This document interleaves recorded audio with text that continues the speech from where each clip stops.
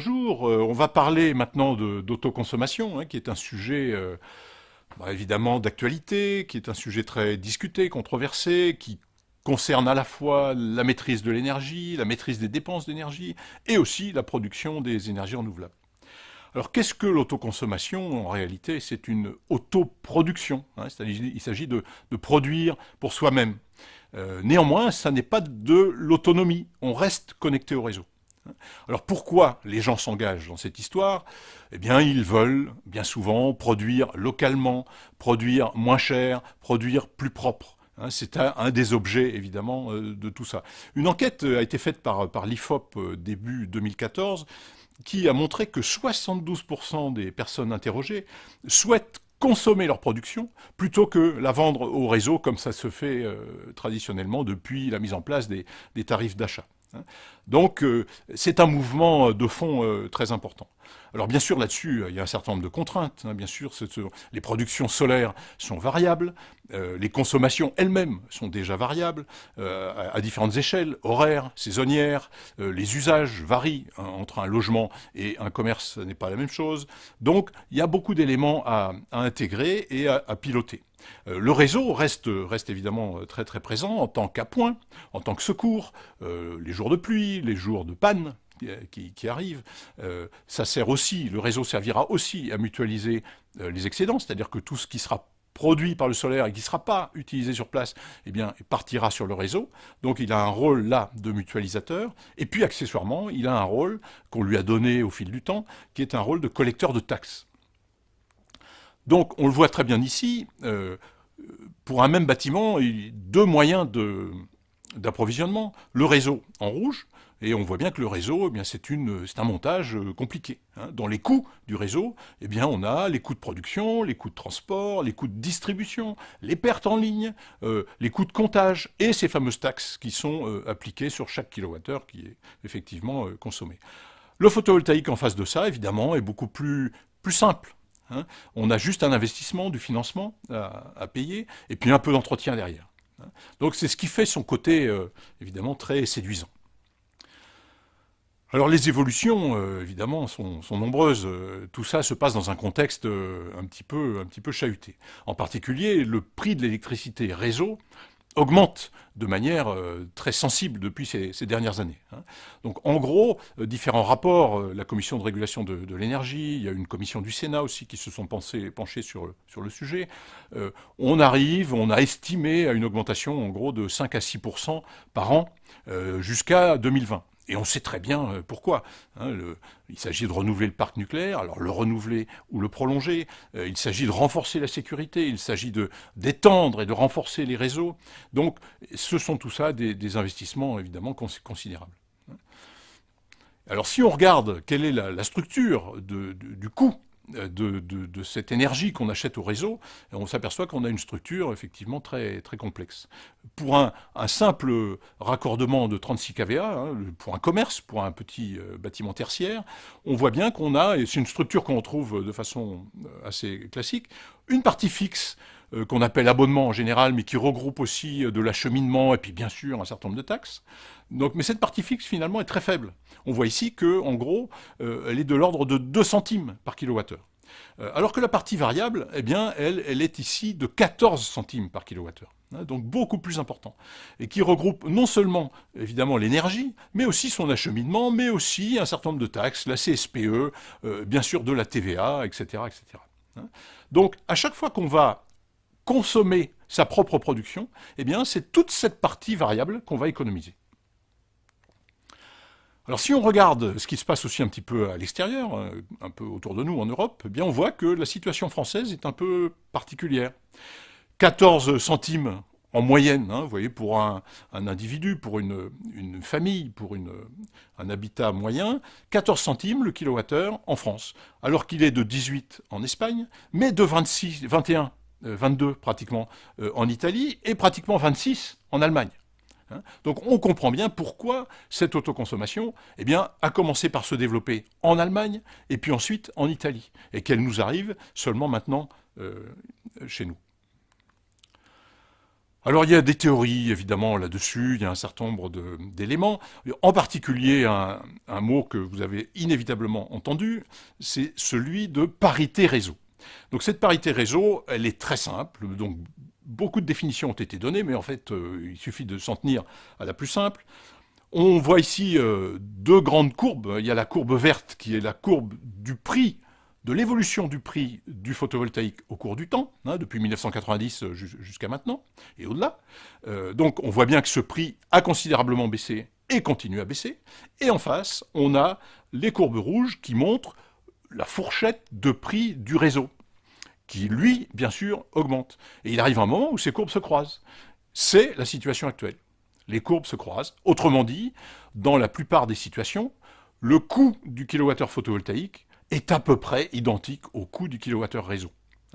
Donc il suffit que le kilowattheure réseau continue à monter un peu et que le photovoltaïque continue à baisser pour qu'il devienne clairement plus intéressant d'utiliser sa propre production photovoltaïque.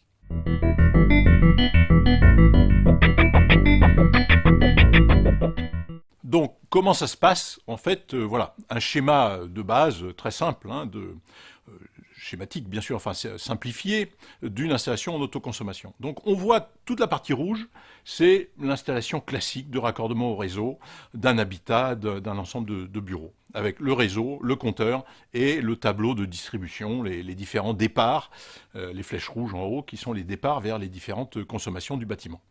Et le générateur solaire, eh bien, il vient s'interposer directement là-dessus, après le compteur EDF. Donc l'idée, c'est que la totalité de la production solaire, donc on appelle ici PTS, cette production part directement sur le câble principal d'amener dans le bâtiment et est consommée. C'est-à-dire qu'à chaque fois qu'il y a une consommation qui est en service dans le bâtiment, et que le générateur solaire produise à ce moment-là, eh bien, la consommation du générateur va aller directement dans le bâtiment. Et ça n'est que si par hasard on a une production alors qu'il n'y a aucune consommation dans le bâtiment, eh bien que cette production va devoir s'échapper vers le réseau. Donc c'est ce qu'on appelle l'excédent, et bien sûr, qu'on voit ici, EX, qui doit être minimisé, bien sûr, hein, parce que en l'absence de tarif d'achat, cet excédent est perdu. Pas perdu pour tout le monde, parce qu'il part sur le réseau, il sera forcément consommé par l'un de vos voisins, mais il ne sera pas valorisé financièrement par votre installation. Donc, il y a un certain nombre de ratios qui sont indiqués là, donc le taux d'excédent, le taux de couverture des besoins, le taux d'utilisation de la partie. C'est-à-dire le taux d'utilisation, il est important, c'est la proportion de la production totale solaire qui sera effectivement utilisée sur place. Donc, ce taux-là doit bien sûr être maximal. Un des avantages aussi de ce système, eh bien, c'est qu'on est très libre d'installer les panneaux comme on l'entend. Donc là, on a là quelques exemples. On peut faire des ombrières de parking, on peut poser les panneaux sur une toiture de différentes manières, sur une toiture inclinée, sur une toiture horizontale. On est totalement libre puisque on ne demande pas à profiter de l'obligation d'achat, donc on ne rentre pas dans les contraintes administratives qui s'y rapportent. Néanmoins, évidemment, tout n'est pas rose.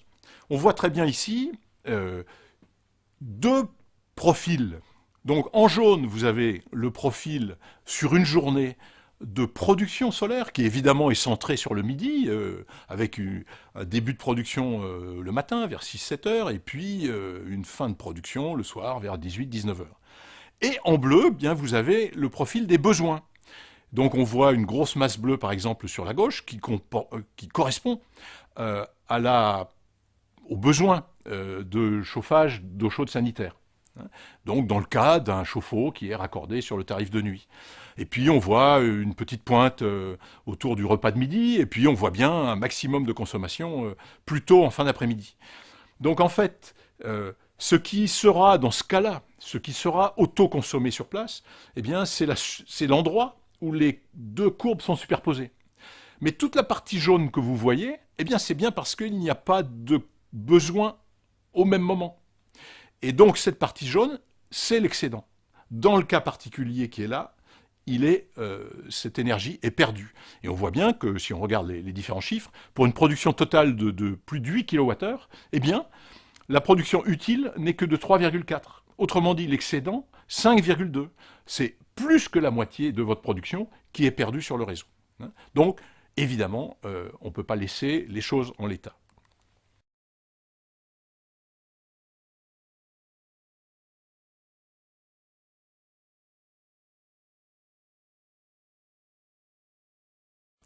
Alors, il y a d'autres profils, évidemment, un peu plus favorables. Si on prend, par exemple, des bureaux, la courbe rouge qu'on voit là, c'est typiquement des bureaux ou des commerces de jour qui ouvrent à 7 heures du matin ou 8 heures du matin et qui ferment à 19 heures le soir, avec des pics de consommation qui, eux, sont beaucoup plus en phase avec la production solaire. Et si on prend un autre profil encore, qui est un cumul en réalité, hein, à l'échelle d'un village ou à l'échelle d'un quartier, où là on va cumuler la partie résidentielle, la partie tertiaire, la partie activité commerciale ou autre, eh bien là on voit que bien sûr on a des consommations très importantes pendant la journée, même si on trouve un pic le soir après 20 heures. Donc dans ces cas-là, on voit très bien que dans le cas du tertiaire ou dans le cas du quartier ou du village, eh bien il sera beaucoup plus simple de superposer une courbe de production solaire avec ces besoins-là. Alors comment on va procéder? Eh bien, il y a évidemment une démarche que Texol propose. On n'est pas obligé de recourir immédiatement à des batteries. Hein. On a d'abord un certain nombre d'actions à faire bien avant d'arriver à l'utilisation de batteries. Donc la première chose à faire, c'est d'informer l'utilisateur. Déjà, par son propre comportement, par son simple comportement et éventuellement modification de comportement, il peut déjà modifier légèrement son profil de consommation. Ensuite, on va retrouver les démarches typiquement connues sous le nom de négawatt. Hein, sobriété, efficacité, production. Hein. C'est-à-dire qu'on va enchaîner ces trois actions-là. La sobriété, c'est quoi? Eh bien, c'est réduire les gaspillages. C'est éteindre la lumière lorsqu'on sort d'une pièce, etc. C'est fermer les fenêtres lorsque le chauffage fonctionne. Donc, tout ça nécessite un minimum d'efforts, mais sans quasiment aucun investissement. On va commencer à intégrer des investissements lorsqu'on commence à parler d'efficacité. Alors, efficacité, là, bien sûr, il s'agit de remplacer, par exemple, un vieux réfrigérateur par un nouveau frigo A++, de haut de gamme ou de haute isolation, si vous voulez. On va remplacer les lampes, etc. C'est ça l'efficacité, mais ça nécessite déjà, évidemment, un minimum d'investissement. Et c'est seulement une fois qu'on aura fait ça qu'on va implanter notre production locale, du photovoltaïque en autoconsommation. Mais, malgré toutes les modifications qu'on a pu faire sur notre profil de charge, il est fort probable qu'il reste encore des pertes, de l'excédent.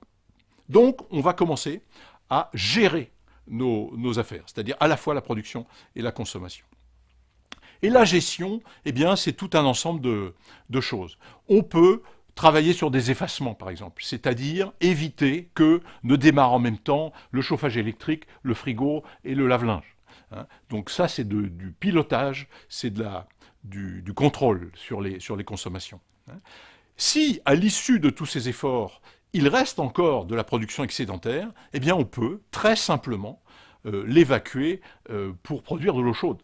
Hein. Il n'y a pas de tabou sur cette histoire. 1 kWh est 1 kWh. Il peut être utilisé de différentes manières dans la mesure où il répond à des besoins. Si l'installation a été correctement dimensionnée et si les pilotages sont bien conduits, ces excédents pour produire de l'eau chaude resteront faibles. Si par hasard ces excédents sont importants, rien n'empêche de les utiliser pour alimenter une pompe à chaleur.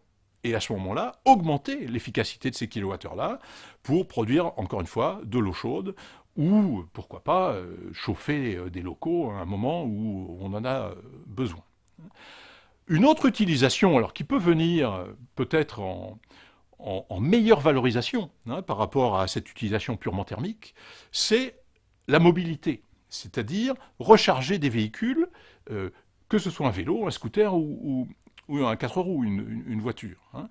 Et là, quitte à charger des batteries, autant que ce soit les batteries d'un véhicule. Parce que pour le coup, on ne peut pas faire autrement. Ces véhicules ne peuvent fonctionner qu'avec des batteries qu'on va recharger au préalable. Donc, si on doit recharger des batteries, eh bien, on va commencer par celles-là. Hein, les batteries de mobilité. Et donc, ce qui veut dire quoi? qu'on aura valorisé notre énergie de manière bien plus astucieuse qu'avec des batteries fixes.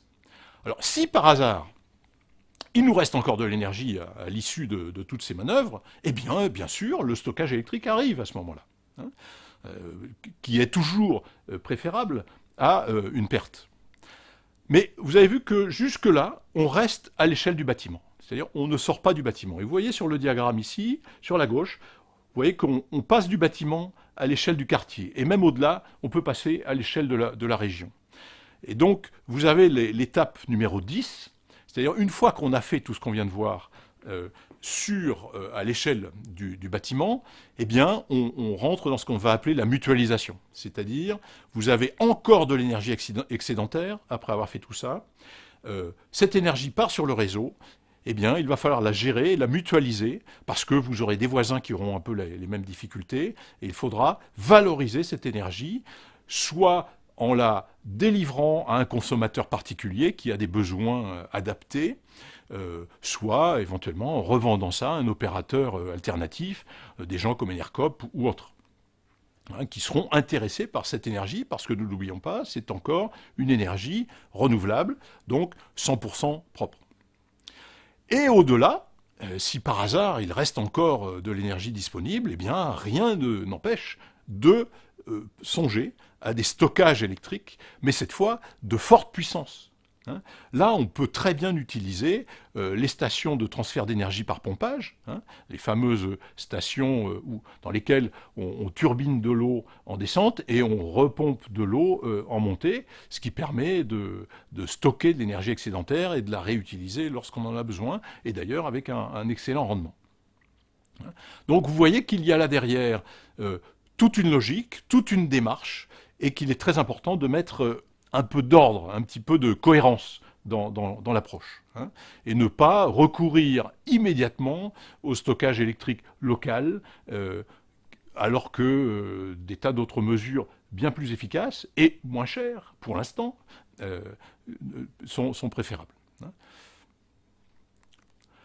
Alors, par exemple, pour montrer à peu près ce qu'on peut faire, eh bien, vous avez ici un diagramme qui indique comment se répartissent les consommations dans une résidence, un appartement typique. Et on a là la distribution entre les différents postes, hein, le froid, l'audiovisuel, le lavage, etc. Et si on regarde le froid, par exemple, qui est pilotable, le lavage qui est pilotable, et d'autres applications comme l'eau chaude sanitaire qui sont aussi pilotables. Alors pilotable, ça veut dire quoi? Ça veut dire qu'on peut décaler une mise en service.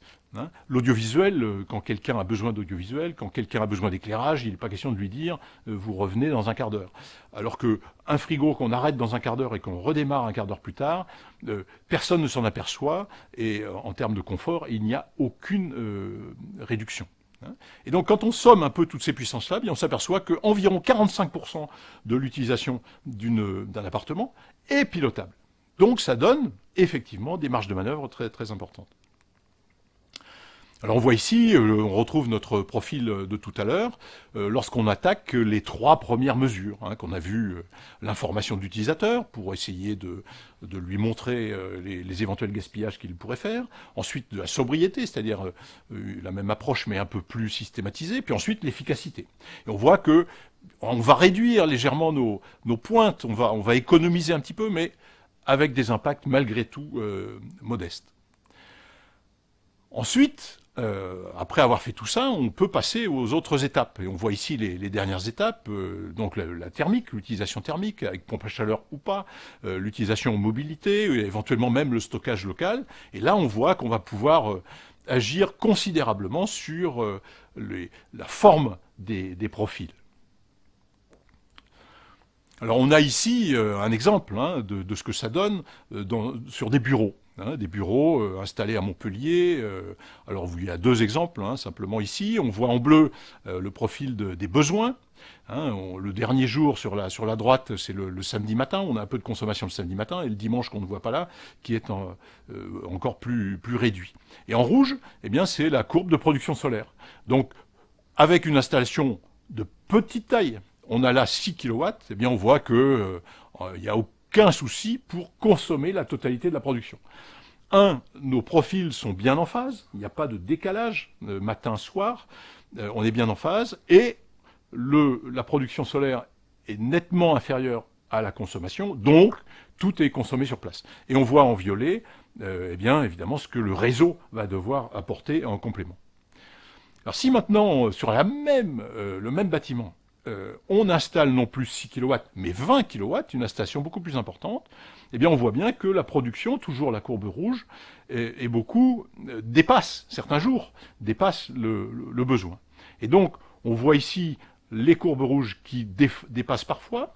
On voit bien la courbe violette, appel au réseau, qui est évidemment beaucoup plus faible, mais néanmoins, on voit apparaître des surplus, les courbes vertes, qui sont les excédents. La partie verte, on voit très bien, c'est ce qui se rapporte au dépassement, hein, et qui sera donc réinjecté sur le réseau et perdu. Donc on voit ici, le taux d'utilisation, dans ce cas-là, avec une installation de 20 kW, descend à 67% au lieu des 100% qu'on avait tout à l'heure. Donc on voit bien que non seulement le pilotage, mais aussi le dimensionnement d'installation est absolument essentiel. Alors on a un certain nombre de techniques, hein, pour arriver à ça. On voit ici, par exemple, une fonction de maximisation du productible utile. Donc c'est un exemple, je ne détaille pas ici, mais si les aspects, les contraintes économiques font que il faut que on se fixe un seuil de 1100 heures de production minimale annuelle, hein, donc ça veut dire 1100 kWh par kilowatt crête installé, eh bien, grâce au diagramme qui est ici, on voit bien l'horizontale rouge, 1100 heures, qui vient sur la courbe verte. Au moment du croisement, on descend et on trouve la puissance maximale à installer dans ce cas-là. Donc, dans ce cas particulier, on voit bien que si on veut une production de au moins 1100 heures utiles, il ne faut pas dépasser la puissance de 15 kW crête d'installation photovoltaïque.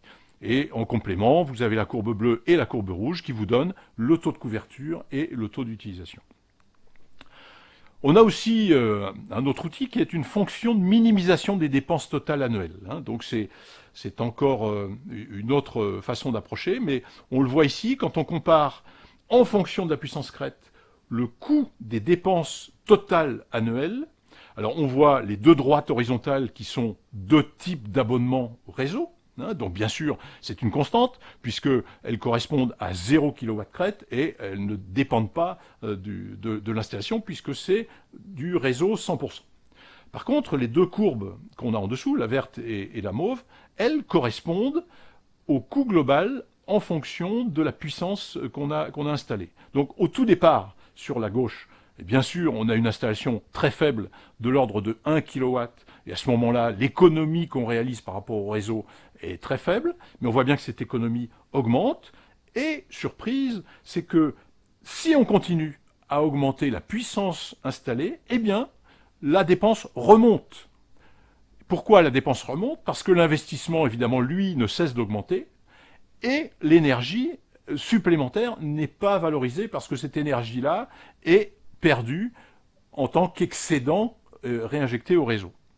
Et donc, grâce à cette fonction, eh bien, on arrive là aussi à trouver un optimum, hein. On voit que dans ce cas-là, on est à un optimum autour de 15 kW, là aussi, qui correspond à l'économie maximale qu'on va pouvoir générer par rapport à une situation donnée.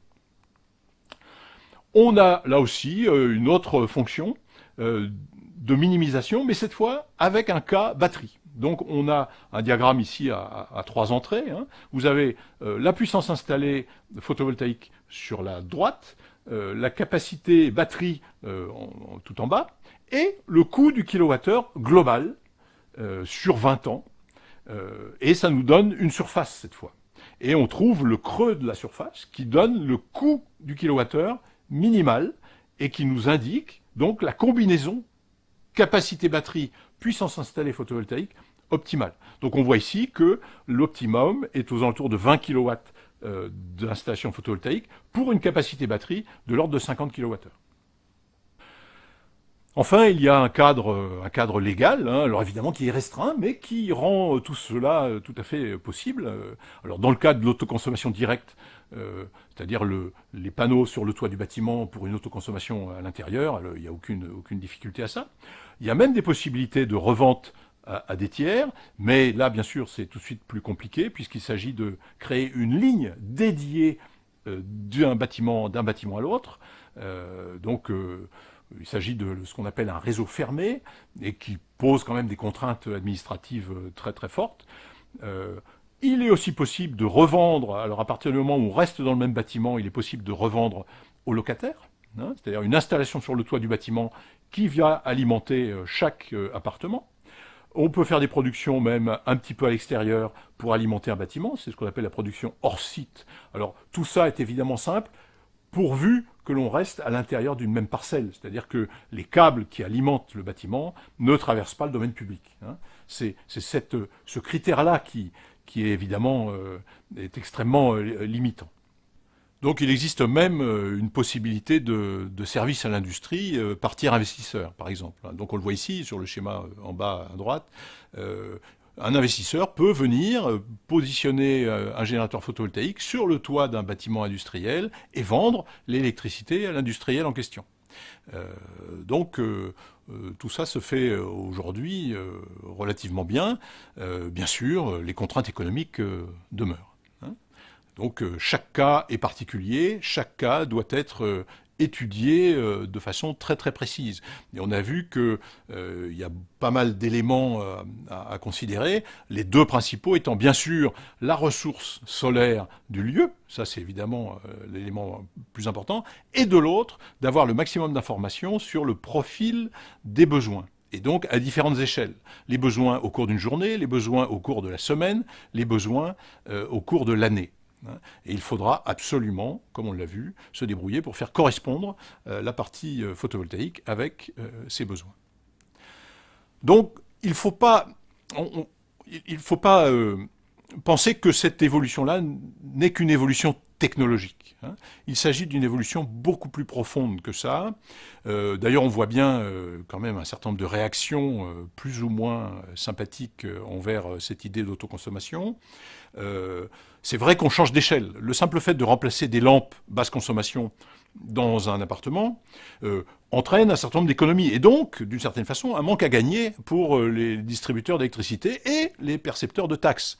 Mais là, l'autoconsommation photovoltaïque, on change d'échelle. Ce n'est pas 3%, ce n'est pas 10% d'économie que vous allez faire, mais 60, 70% ou 40%, évidemment, selon les cas, mais on voit bien qu'il s'agit d'éléments de quantité beaucoup plus importante.